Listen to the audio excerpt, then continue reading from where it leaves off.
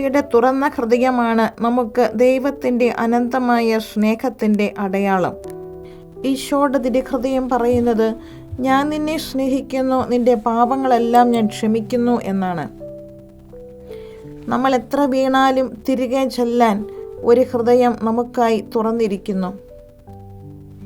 യേശുവിൻ്റെ ഹൃദയം സൗമ്യവും വിനയവുമുള്ളതാണ്. നമ്മുടെ സങ്കടങ്ങൾ, ഭാരങ്ങൾ, കണ്ണുനീർ എല്ലാം അറിയുന്ന ഒരു തിരുഹൃദയം. ലോകത്തിൽ പകയും വെറുപ്പും കൂടുമ്പോൾ തിരുഹൃദയം നമ്മോട് ആവശ്യപ്പെടുന്നത് നമ്മുടെ ഹൃദയങ്ങളെ സ്നേഹം കൊണ്ട് നിറയ്ക്കാൻ ആണ്. മറ്റുള്ളവരോട് ക്ഷമിക്കാൻ, ദരിദ്രരോട് കരുണ കാണിക്കാൻ ഇത് ആവശ്യപ്പെടുന്നു. അതുകൊണ്ട് നമുക്ക് പ്രാർത്ഥിക്കാം. ഈശോയെ, എൻ്റെ ഹൃദയം അങ്ങേ ദിവ്യഹൃദയത്തിന് സമാനമാക്കണമേ. അങ്ങേ സ്നേഹം ഞാൻ ജീവിച്ച് മറ്റുള്ളവർക്ക് പകർന്നു കൊടുക്കാൻ എന്നെ സഹായിക്കണമേ. ഈശോയുടെ തിരുഹൃദയത്തിന് സ്തുതി. സ്നേഹത്തിൻ നിറവായ തിരുഹൃദയം,